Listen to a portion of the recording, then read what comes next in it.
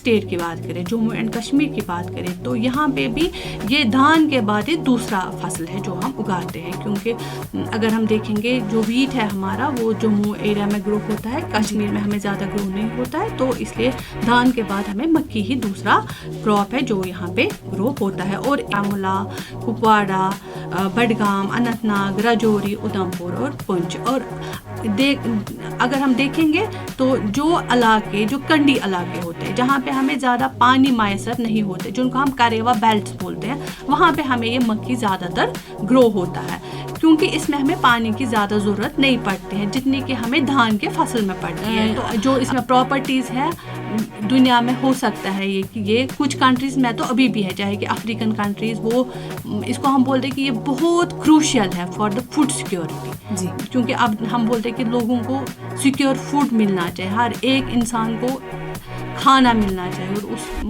में नंबर 1 आती है मक्की, क्योंकि वो बेचारे इसी मक्की में जो पोर्शन होता है, अगर आपने मक्की का ग्रेन देखा होगा उसमें एक छोटा बहुत हमें क्रीमिश नीचे आता है, वो उसका जर्म होता है, उसमें हमें ऑयल होता है उस पोर्शन में, ठीक है। बाकी जो होता है वो एंडोस्पर्म होता है।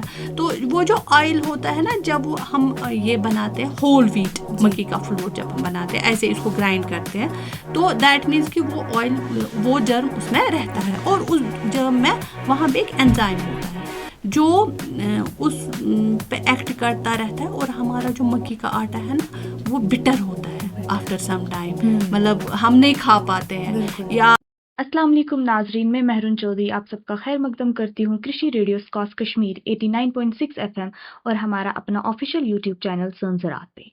आज हम बात करेंगे एक अहम मौजू पर, और वो है मेज़ processing in Jammu and Kashmir, यानी मक्की को मुख्तलिफ मुफाइद तरीकों में बदल कर इस्तेमाल किया जा सकता है, जैसे cornflour, cornflakes, starch, baby food या फिर एनिमल फीड। इस मौजू पे रोशनी डालने के लिए आज हमारे साथ हमारे स्टूडियो में प्रोफेसर आबिदा जबीन, जो एग्रीकल्चर साइंटिस्ट और expert in food processing and technology से वाबस्ता है। अस्सलाम वालेकुम मैम। वालेकुम अस्सलाम। मैम, पहले तो आपका बहुत बहुत शुक्रिया, आप अपना अहम वक्त निकाल कर यहाँ पे आए। मैं आप सबकी बहुत मशकूर हूँ, स्पेशली जो डायरेक्टरेट ऑफ एक्सटेंशन एजुकेशन है कि उन्होंने हमें यहाँ पे बुलाया इस मौजू पे बात करने के लिए। जी जी मैम। जी मैम, पहला मेरा सवाल है आपसे, क्या जम्मू कश्मीर में मक्की की कितनी पैदावार है? तो अगर मक्की की बात करें तो दुनिया भर में ये मक्की उगाई जाती है, और सबसे पहले जिसको हम बोलते हैं कि फर्स्ट कंट्री जहाँ पे ज़्यादा उगती है वो है अमेरिका जी। तो और अगर हम इंडिया की बात करें, इंडिया में हम बोलते हैं कि जो ये मक्की है ये लगभग 3rd लार्जेस्ट क्रॉप है आफ्टर जो हमारा धान है और वीट है। तो इसमें ये एरिया है लगभग इंडिया में लगभग 11.2 मिलियन हेक्टेयर्स मक्की के अंडर आता है, और प्रोडक्शन जो है वो है 37.6 मिलियन टन, और प्रोडक्टिविटी की अगर हम बात करें वो है 3.4 टन पर हेक्टेयर। तो अब अगर हम देखेंगे इंडिया में कि कौन सा स्टेट है जहाँ पे ये मक्की ज़्यादा ग्रो होता है, वो है कर्नाटका, वो नंबर 1 पे आता है। और अगर हम अपने स्टेट की बात करें, जम्मू एंड कश्मीर की बात करें, तो यहाँ पे भी ये धान के बाद ये दूसरा फसल है जो हम उगाते हैं। क्योंकि अगर हम देखेंगे जो वीट है हमारा वो जम्मू एरिया में ग्रो होता है, कश्मीर में हमें ज़्यादा ग्रो नहीं होता है, तो इसलिए धान के बाद हमें मक्की ही दूसरा क्रॉप है जो यहाँ पे ग्रो होता है। और एरिया यहाँ पे जम्मू एंड कश्मीर में है 0.77 लाख हेक्टेयर्स, और जो इसकी प्रोडक्शन है वो है 2.42 लाख मीट्रिक टन। और अगर हम प्रोडक्टिविटी की देखेंगे इसकी, वो है 2 टन पर हेक्टेयर। इसका मतलब है कि हम नेशनल एवरेज से ज़्यादा पीछे नहीं है। और हमारे जो मेन डिस्ट्रिक्ट्स हैं जहाँ पे ग्रो होता है मक्की का क्रॉप, वो है बारामूला, कुपवाड़ा, बडगाम, अनंतनाग, राजौरी, उधमपुर और पुंछ। और अगर हम देखेंगे तो जो इलाके, जो कंडी इलाके होते हैं जहाँ पे हमें ज़्यादा पानी मैसर नहीं होते, जिनको हम करेवा बेल्ट्स बोलते हैं, वहाँ पे हमें ये मक्की ज़्यादातर ग्रो होता है। क्योंकि इसमें हमें पानी की ज़्यादा ज़रूरत नहीं पड़ती है जितनी कि हमें धान के फसल में पड़ती है। तो अगर देखा जाए तो दुनिया भर में हम देखते हैं कि इस टाइम पानी की किल्लत है। तो अभी साइंटिस्ट्स हमें बोल रहे हैं या दुनिया भर में पॉलिसी मेकर्स बोल रहे हैं कि हमें वो करने हैं ग्रो, वो क्रॉप्स हमें ग्रो करने जहाँ पे हमें ज़्यादा ज़रूरत नहीं पड़ेगी पानी की, क्योंकि पानी कम कम हो रहा है। तो इस वजह से हम मक्की पे हम फोकस कर सकते हैं। तो आइंदा सालों में ये भी हो सकता है कि मक्की टेक ओवर कर सकता है, क्योंकि ये पहले माना जाता था स्टेपल फूड। मे बी जो इसमें प्रॉपर्टीज है दुनिया में हो सकता है ये कि ये कुछ कंट्रीज में तो अभी भी है, चाहे कि अफ्रीकन कंट्रीज, वो इसको हम बोलते हैं कि ये बहुत क्रूशियल है फॉर द फूड सिक्योरिटी। क्योंकि अब हम बोलते हैं कि लोगों को सिक्योर फूड मिलना चाहिए, हर एक इंसान को खाना मिलना चाहिए, और उस में नंबर 1 आती है मक्की, क्योंकि वो बेचारे इसी पे जीते हैं। जी जी, ठीक है मैम। मेरा अगला सवाल है, क्या मक्की को हम प्रोसेसिंग के लिए इस्तेमाल कर सकते हैं और उससे क्या क्या प्रोडक्ट्स बन सकते हैं? मक्की के से तो हमें बहुत सारे प्रोडक्ट्स बनते हैं। अगर हम देखेंगे दुनिया भर में लगभग 3000 से ज्यादा प्रोडक्ट्स बनते हैं, और अगर हम इंडिया की बात करेंगे तो यहाँ पे भी 1000 से ज्यादा प्रोडक्ट्स ही हम मक्की से बना सकते हैं। लेकिन इसमें एक मसला है कि प्रोडक्ट्स तो इसमें बनते हैं, लेकिन हमारा ध्यान ज्यादा ये हुआ है कि हमने ये जहन में रखा है कि जो मक्की है ये हम ज्यादा पोल्ट्री फीड में यूज करते हैं। इसको हम कैटल फीड में, पोल्ट्री फीड में यूज होता है, क्योंकि हम, इसका मतलब ये है कि इसमें बहुत सारा पोटेंशियल है। अगर हम देखें एक मक्की का बीज जो हम यूज करते हैं, जो इसका ग्रेन होता है, तो उसमें जो स्टार्च कंटेंट है वो 70 से 74% तक है। तो इसमें जो ऑयल कंटेंट है वो 3 से 4% है, और प्रोटीन कंटेंट लगभग 9% है। तो इसका मतलब ये है कि ये हम खाने की चीजों के लिए बहुत इस्तेमाल कर सकते हैं। लेकिन आयरनी ये है कि इसका 13% ही अभी तक हमने फूड प्रोडक्ट्स के लिए यूटिलाइज किया है। तो इसलिए हमें ये है कि इसमें है पोटेंशियल बहुत प्रोसेसिंग का। हम इससे बहुत मुख्तलिफ प्रोडक्ट्स बना सकते हैं, जिन प्रोडक्ट्स जिसमें हमें फिर देखना पड़ेगा कि ये जो प्रोडक्ट है ये हमारे लिए कितना अच्छा है। देखिए, अगर हम मक्की की बात करेंगे तो वहां पे हमें, जैसे कि जिसको हम बोलते हैं येलो मेज, खासकर तो हमें येलो ही होता है ना मेज, तो उसमें देखा जाए तो उसमें एक कैरोटीनॉइड है जिनको हम ल्यूटिन और जियाजेंथिन बोलते हैं। वो हमारे आई हेल्थ के, हमने तो खाली रखा है नाम गाजर का, याद की गाजर में बीटा कैरोटीन है और वो हमें आई हेल्थ के लिए अच्छा है। लेकिन मक्की भी उतना ही अच्छा है, क्योंकि इसमें ल्यूटिन और जियाजेंथिन होता है। तो इसमें और बहुत सारी एंटीऑक्सीडेंट पोटेंशियल है, क्योंकि इसमें एक एंटीऑक्सीडेंट है फेरुलिक एसिड, जो हमारी सेहत के लिए बहुत मुफीद है। इसमें एंटी इंफ्लेमेटरी प्रॉपर्टीज है, और सबसे बढ़िया ये है कि ये ग्लूटेन फ्री है। अगर हम देखेंगे दुनिया में कुछ परसेंटेज ऑफ पॉपुलेशन जो ग्लूटेन एलर्जी से सफर कर रही है इस टाइम, और वो अवॉइड करते हैं व्हीट को खाना। लेकिन हम अगर उनको मक्की वो खाएंगे, मक्की उनके लिए बेहतर है। जी जी, ठीक है मैम। मेरा अगला सवाल है कि जो फूड साइंस एंड टेक्नोलॉजी के शोबे ने जम्मू कश्मीर में मक्की से बनी चीजों को आगे बढ़ाने के लिए क्या काम किया है? तो अगर देखा जाए तो हमारा यहाँ पे पहले ट्रेडिशनल में ये होता था, ट्रेडिशनल मेथड, हम जो प्रोसेसिंग जो अभी भी है, क्योंकि मैंने बोला पहले कि ये कंडी इलाकों में ग्रो होता है, और हमारे मेनली जो ट्राइबल फार्मर्स इसके साथ एसोसिएटेड होते हैं।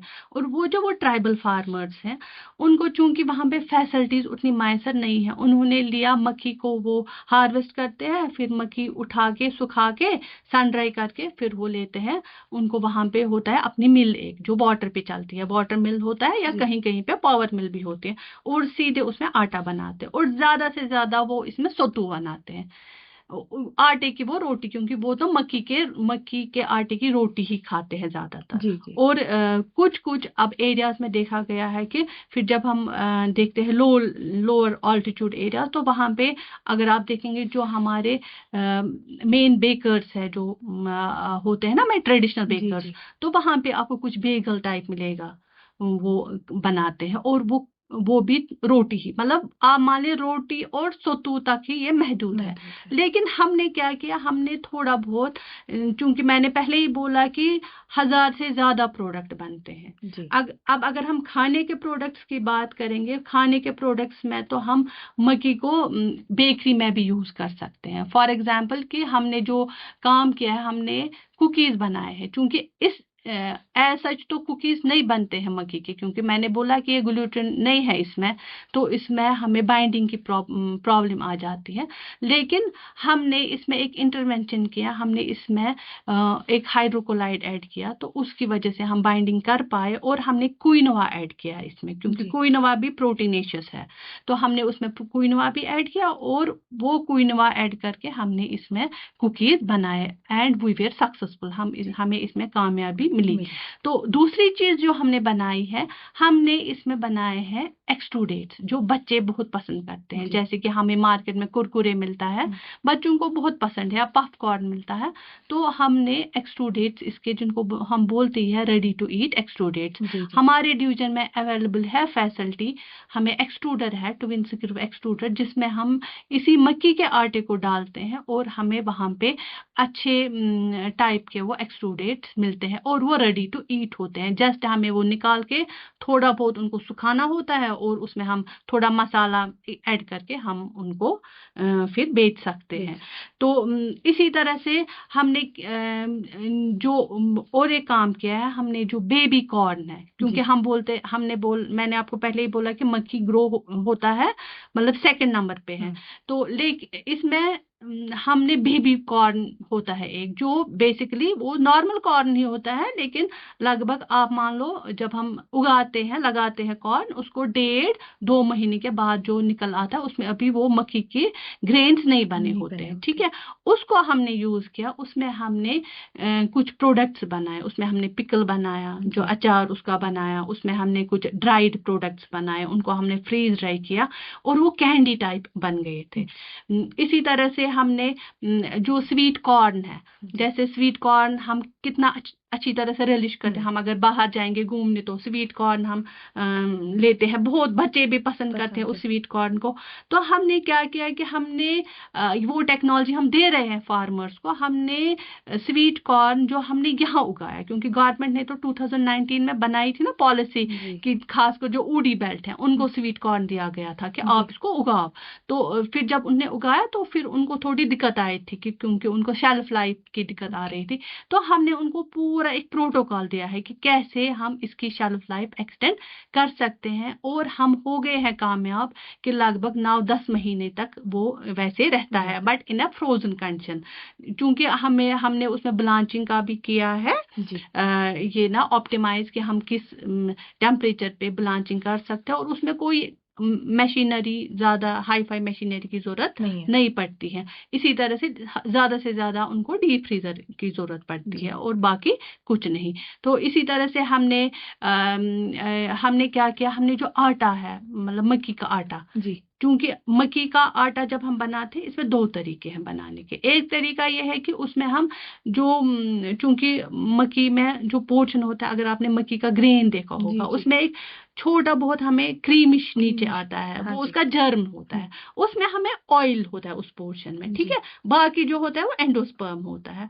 तो वो जो ऑयल होता है ना, जब हम ये बनाते हैं होल व्हीट मक्की का फ्लोर, जब हम बनाते हैं ऐसे इसको ग्राइंड करते हैं, तो दैट मीन्स कि वो ऑयल, वो जर्म उसमें रहता है, और उस जर्म में वहां पे एक एंजाइम होता है जो उस पे एक्ट करता रहता है, और हमारा जो मक्की का आटा है ना, वो बिटर होता है आफ्टर सम टाइम, मतलब हम नहीं खा पाते हैं, या हम फ्रिजेस में रखते हैं, या हमें फ्रीजर्स में उसको रखना पड़ता है ताकि ये बिटर ना हो जाए। बहुत ये होता है कि हम इसको खा नहीं पाते हैं ज्यादातर।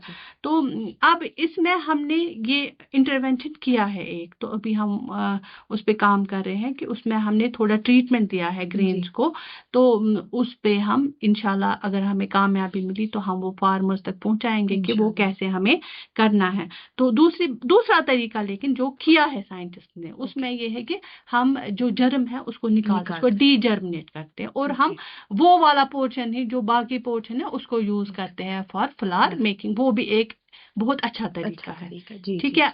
और उससे फायदा ये है कि जो हमारा जर्म है उसे हम ऑयल निकाल सकते हैं। जो हमारा कॉर्न ऑयल होता है वो तो बहुत अच्छा होता है, उसमें ओमेगा-6 फैटी एसिड्स होते हैं, उसमें हमें पॉली अनसैचुरेटेड फैटी एसिड्स होते हैं, और उसमें फाइटोसिटेरॉल्स होता है जो हमारी बॉडी के लिए बहुत हेल्पफुल है। जी। इस प्रोग्राम का जो आखिरी सवाल है मैम, वो ये है कि जो ये मेज प्रोसेसिंग है, ये एम्प्लॉयमेंट जनरेशन में किस तरह हेल्प कर रहा है? हाँ, ये तो हमें हेल्प करेगी एम्प्लॉयमेंट जनरेशन में। मैं आपको एक थोड़ी एग्जांपल दूंगी स्वीट कॉर्न की। देखिए, अगर हम स्वीट कॉर्न लेते हैं, ज्यादा से ज्यादा जो बूटा हम लेते हैं स्वीट कॉर्न का, वो हमें 30 या 40 रुपए में मिलता है बाहर। जी। ठीक है, अगर हम उसी भुट्टे को प्रोसेस करते हैं, ठीक है, फिर हम उसमें लगा के सारा अपना उसको फिर फ्रोजन फॉर्म में बेचते हैं, तो आप खुद ही देखिए आपको फ्रोजन स्वीट कॉर्न कितने में मिलता है मार्केट में। वो आपको 100 से ज्यादा मिलता है वो पैकेट। तो दैट मीन्स की वैल्यू एडिशन हो जाती है। इसी तरह से अगर हम कुरकुरे की बात करें, जो हमारे रेडी टू ईट एक्सट्रूडेट्स हैं, क्योंकि वो क्या होता है कि जब हम मक्की का आटा उस मशीन में डालते हैं एक्सट्रूडर में, तो हमें वो आते हैं एक्सट्रूडेट्स हाथ में, क्योंकि वो बहुत एक्सपैंड होते हैं। ठीक है, तो एक्सपैंड होने के साथ साथ वो लाइटर इन वेट होते हैं। तो जब हम उनको प्रॉपरली पैक करते हैं, तो हमें उसमें तो हमें ऑलमोस्ट 50% का फायदा है जी। ये मैं वसूख के साथ बोल सकती हूँ कि उसमें 50% तो उसमें हमें प्रॉफिट मिलेगा ही। लेकिन उसमें यही है कि इन्वेस्टमेंट करनी है in the form of extruder. और इस एक्सट्रूडर की ब्यूटी ये है कि आपको एक कमरे में भी चल सकता है, और इसमें यह है कि इसमें आपको वेस्ट जनरेशन नहीं है। ये लगभग आपको ग्रीन टाइप ऑफ ना वो टेक्नोलॉजी है कि जो आपको हेल्प करेगी। जी जी, बहुत बहुत शुक्रिया मैम आपका, आप अपना अहम वक्त निकाल कर यहाँ पे आए। नाजरीन, उम्मीद करती हूँ आज का प्रोग्राम आपको पसंद आया होगा। मैं महरून चौधरी, मुझे इजाज़त दीजिए, मैं फिर मिलूंगी किसी प्रोग्राम में। तब तक के लिए अल्लाह हाफ़िज़।